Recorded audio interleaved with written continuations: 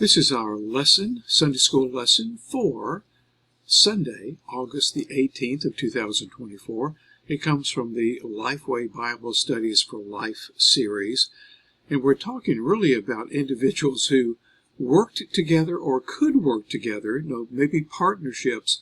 Here we have two individuals who kind of work against one another, and that is Haman and Mordecai.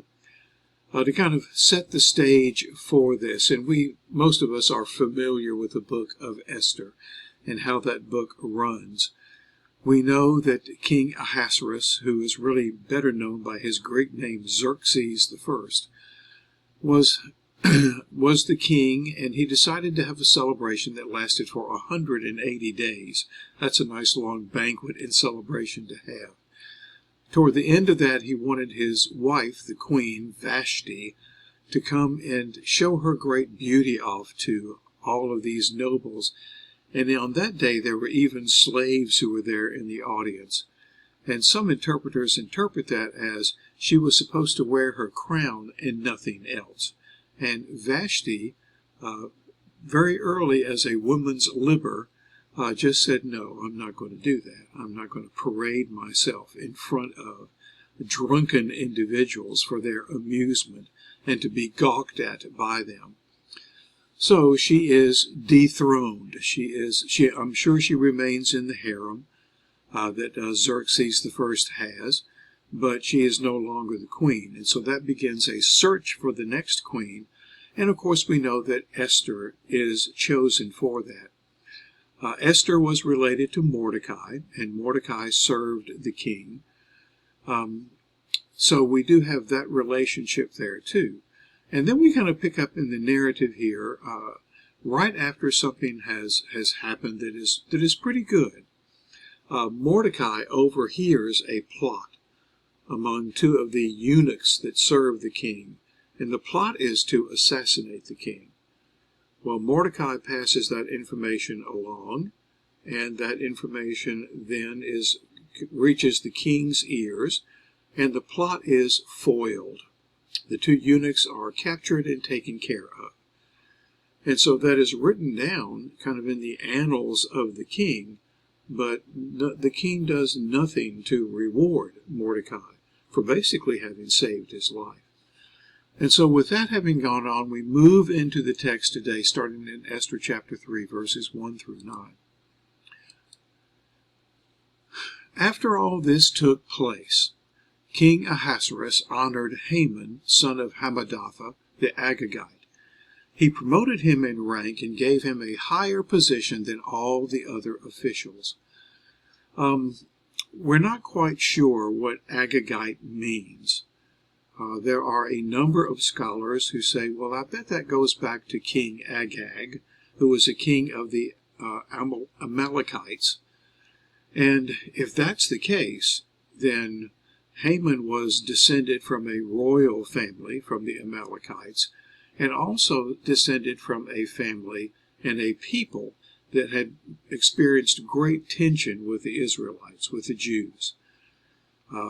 Samuel had ordered Saul to exterminate the Amalekites, and Saul refused. And so basically that has come back to haunt him, if that is the case here, if Haman really is related to Agag, and that relationship has gone down through the years.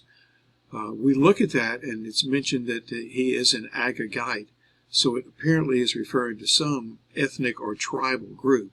It's just that we're a little bit unsure as to exactly which group that is.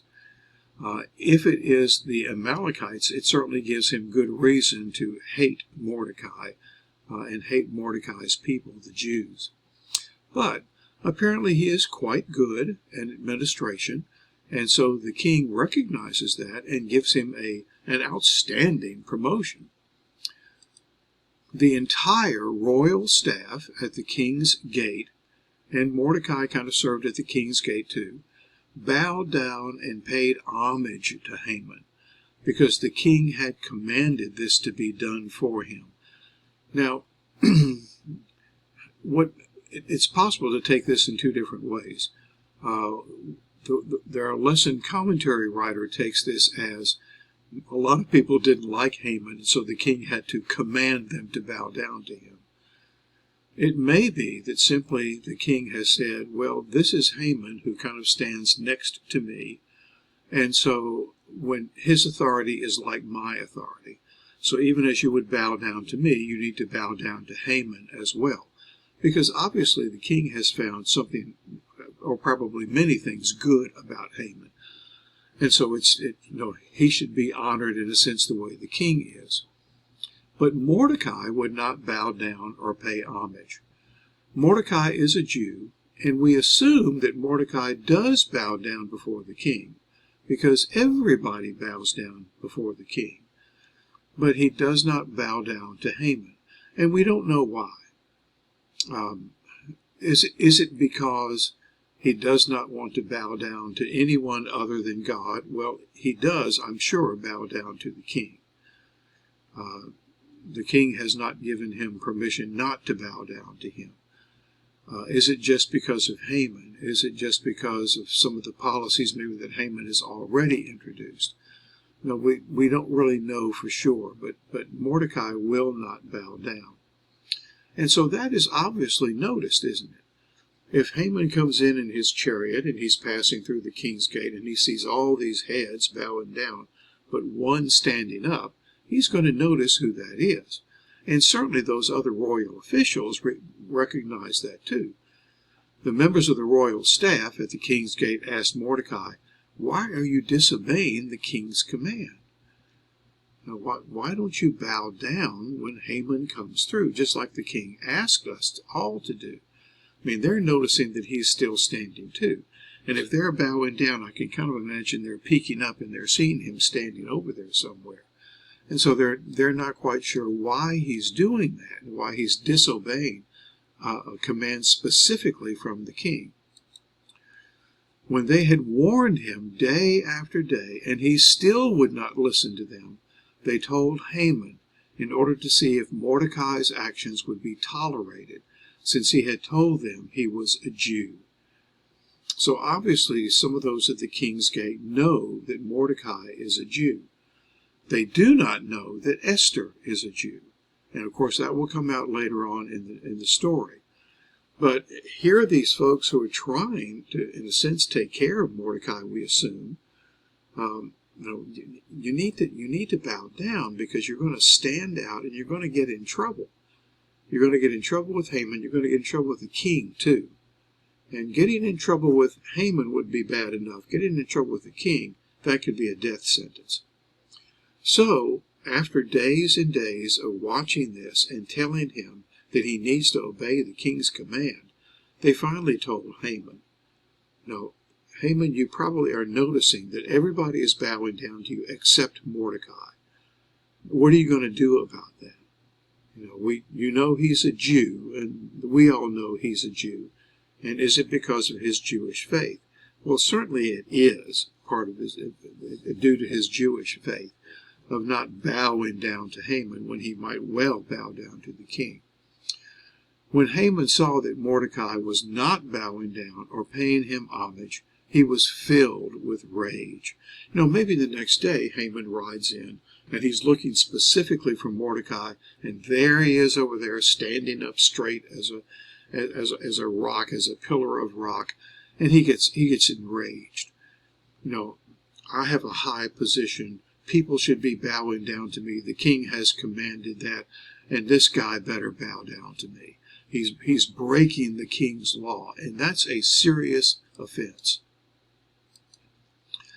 And when he learned of Mordecai's ethnic identity, apparently he did not know before that Mordecai was a Jew, but now he finds out that Mordecai is a Jew. It seemed repugnant to Haman to do away with Mordecai alone. Again, this makes great sense if Haman is descended from Agag, the king of the Amalekites. Because, Samuel, the prophet of Israel, the judge of Israel, had ordered Saul to destroy all of them. Well, Haman says, now's my chance to get back, and I can destroy all of them. And Haman does concoct a plan, and Haman has the authority to do that. once he gets the king's blessing on that. And so now it's a rage that he is feeling, not just for Mordecai alone, but for everyone who comes from the same ethnic and religious group as Mordecai. I just want to wipe all of them out, because if Mordecai does this, then they would never bow down to me either. He planned to destroy all of Mordecai's people, the Jews, throughout Ahasuerus' kingdom. And so this is what Haman plans to do. And we might look at this and say, well, this is kind of an overreaction, isn't it? Well, it certainly is. Here is the one person who is doing this. You know, most of the other Jews might not mind bowing down, but this Mordecai, Haman is so filled with hatred for him that he's going to destroy everyone who's remotely related to him. And so that's becomes his plan. Here's how I'm going to do it. But of course he can't do this by himself. He needs to do this based on the king's approval as well. So, in the first month, the month of Nisan, in King Ahasuerus' 12th year, and that would have been in about mid-March to mid-April. That's the first month of this calendar. And so what he's doing, and it's the 12th year of King Ahasuerus. Esther has probably been queen for maybe 4 or 5 years by now. But what he does is he casts the pure. Pure, and we know that from this book comes the Feast of Purim, which means lots. And so the pure were basically the lots that would be cast. And the idea was that we will cast the lots, whatever they might end up being. And the gods will point out the exact month and the exact day when we can kind of exterminate Mordecai and all the other Jews as well. So the pure, that is the lot, was cast before Haman for each day in each month, and it fell on the 12th month, the month Adar. That month goes from mid-February to mid-March. And so that becomes the day when Haman's plan is to exterminate all the Jews. And notice that it takes a while to do this, because they're kind of going through the calendar. You know, we might go, okay, April 1st, let's cast it. We'll throw the dice and see if it comes up to be 2 6s. Well, no, it doesn't. Oh, how about April 2nd, April 3rd, all the way through until they find that particular date that it's going to be. So that's what they do. I remember being in college during the Vietnam War, and my friends and I sitting around the radio the night that they drew birth dates for the draft. And I think my number was 237. I think I'll probably remember that till the day I die.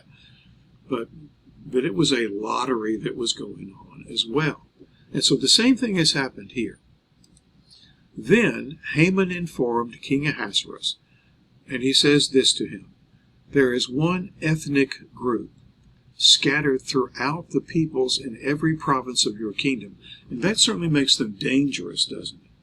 I mean, they're not confined to one city. They're not all here in the capital city. They're just sprinkled out throughout the empire, keeping themselves separate. And one thing that has always and long been mentioned about the Jews is that they did keep themselves separate. They lived in separate areas of the city. They had separate traditions and separate customs. They dressed in separate ways that were not the ways that other people dressed. And so that causes suspicion to be around them. And it's the same thing going on here. I mean, it's been going on for centuries. Their laws are different from everyone else's, and they do not obey the king's laws. Well, more than likely they do obey the king's laws. They're paying their taxes. They're doing what they're supposed to do. But Haman is really trying to trump up King Ahasuerus and get him all pumped up, so that he says, okay, we got to do something about this group, because they could create a rebellion from within the nation. So it's not in the king's best interest to tolerate them. The best thing you can do, king, is get rid of these folks. We can't trust them. If the king approves, and again, he will need the king's approval to do his plan, let an order be drawn up authorizing their destruction. and I will pay 375 tons of silver to the officials for deposit in the royal treasury. This is a huge sum of money. More than likely what Haman is thinking, when we have all these people killed, we will take everything that they have. And that should add up to about 375 tons of silver. More than likely, it would probably not add up to that much. But I mean, this is just kind of an incalculable amount. The king probably is wondering, where in the world are you going to get that kind of money? But he's bribing the king too, isn't he? We'll get rid of all these people who are a threat to your reign, plus I'll pay you to do it. And I'll pay you this exorbitant fund. So, and it goes to the royal treasury. It'll all come to you. Well, that's kind of tempting. The king told Haman, hurry and do just as you proposed. Take a garment and a horse. Well, this is actually from the next one, but we know what happens. I'm getting ahead of myself here. We know what takes place in this interim between chapter 3 and chapter 6 when we pick up this verse. Haman does immediately go out and do what the king tells him to do. And he has this edict passed, and it's the law of the Medes and the Persians. It can't be revoked. And so on this particular day in the month of Adar, then people have free reign. The army does, the neighbors do, to go next door to their Jewish neighbors and kill them. You have perfect right to do that. And then take whatever they have. Well, Mordecai certainly hears about this, and the only thing he can think of to do is to let Esther know and have Esther go in and talk to the king. Esther, although she is the queen, has not been summoned for a while, and nobody, even the queen, can't just barge into the king's throne room. But Mordecai says, you've got to do this. And the verse that we remember from Esther is, perhaps you have been brought here for a time like this. Perhaps you have become Queen Esther to exactly this time to save your people. And so Esther says, well, okay, I want all the Jews fasting for me, praying for me, and after 3 days I'll fix myself up and I'll go into the king. And if I die, I die. So they do that. She pretties herself up and she goes into the king. The king has a royal scepter that he holds, and he holds it out, which means that she is accepted in his presence. And we know that she has a banquet. She has a banquet for Haman and the king and herself. And the king asks, well, what in the world do you want? And she says, well, come back tomorrow night, the two of you, and I'll tell you what I really want. Well, Haman is kind of on cloud 9 because now he's having a private meal with the king and the queen and himself. He just thinks things are getting better and better for him. But on his way home, there's Mordecai. Mordecai still won't bow down. He's mad. His wife says, well, listen, if you've got that kind of power and pull with the king and the queen, just build a gallows and you can hang Mordecai on it. You can find some charge to bring against him. Oh, that's a great idea. So he has his men start building a gallows to hang Mordecai on. Well, that night the king can't sleep, and so he has the annals of the king brought to him and read, and it just so happens, and we know this isn't coincidence, this is God making it happen, but it just so happens that the king hears the story again about how Mordecai saved his life by letting him know about this plot to assassinate him. And so what we find here is the king says, well, did we ever do anything to honor him? Well, no, there's nothing recorded here. Well, by that time it's early in the morning. People are already coming to work, and Haman has come to work. And Haman comes in, and the king says, well, I've got someone here that I want to honor. They've done a tremendous service for me. Well, Haman, because of his ego, thinks it's got to be him. And so the king says, what do you think should be done for someone like this? And Haman is thinking, well, what would I like to have done? Well, put one of your royal crowns on his head, put one of your royal robes around his shoulders, put him on one of your favorite horses, and then have a very high-ranking royal official lead the horse up and down the city streets, calling out, thus shall it be done for the one in whom the king delights. And so now we pick up in Esther chapter 6, verse 10.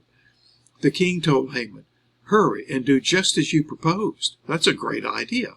"Take a garment and a horse for Mordecai the Jew, who is sitting at the king's gate. Do not leave out anything you have suggested."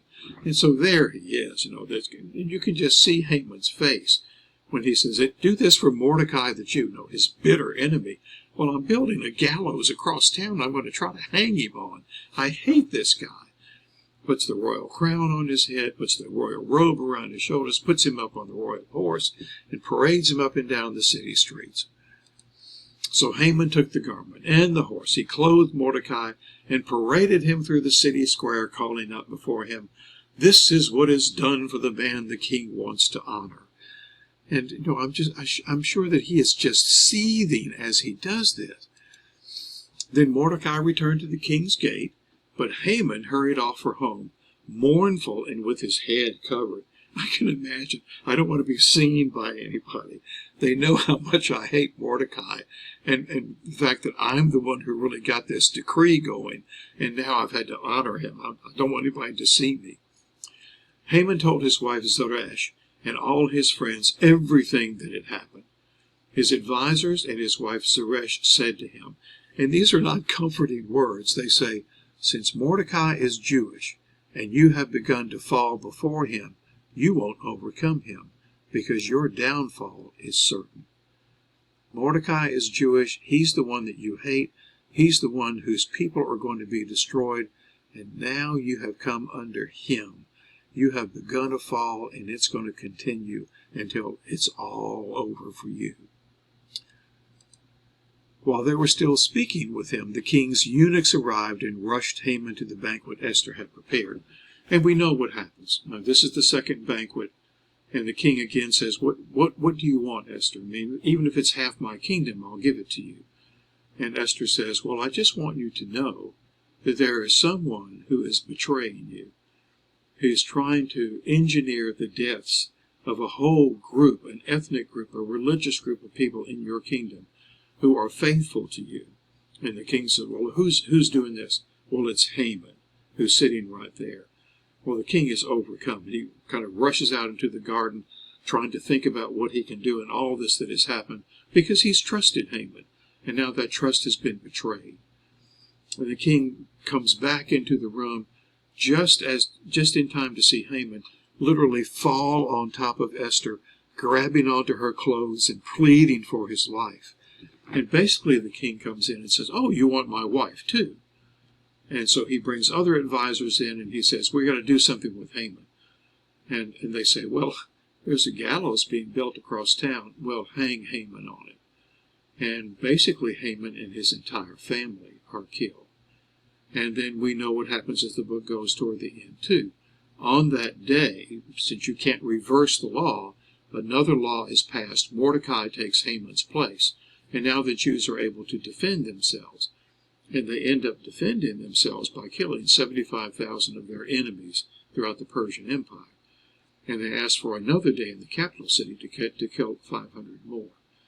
And so it's one of those narratives where we're glad that Haman gets what's coming to him.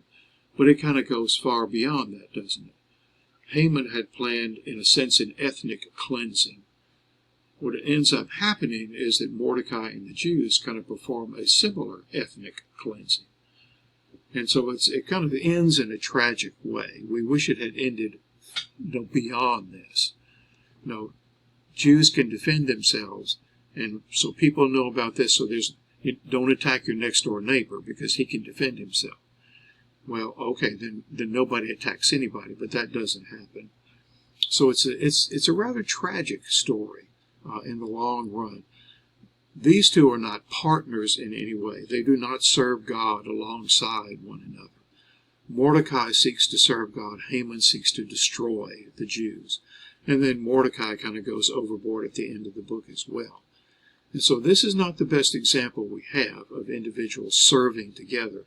They're serving against one another. And in a sense, they're serving against God as well. Let's join together in prayer. Father, there were some missed opportunities here between Haman and Mordecai. individuals who might have found common ground and could have worked together, but they didn't.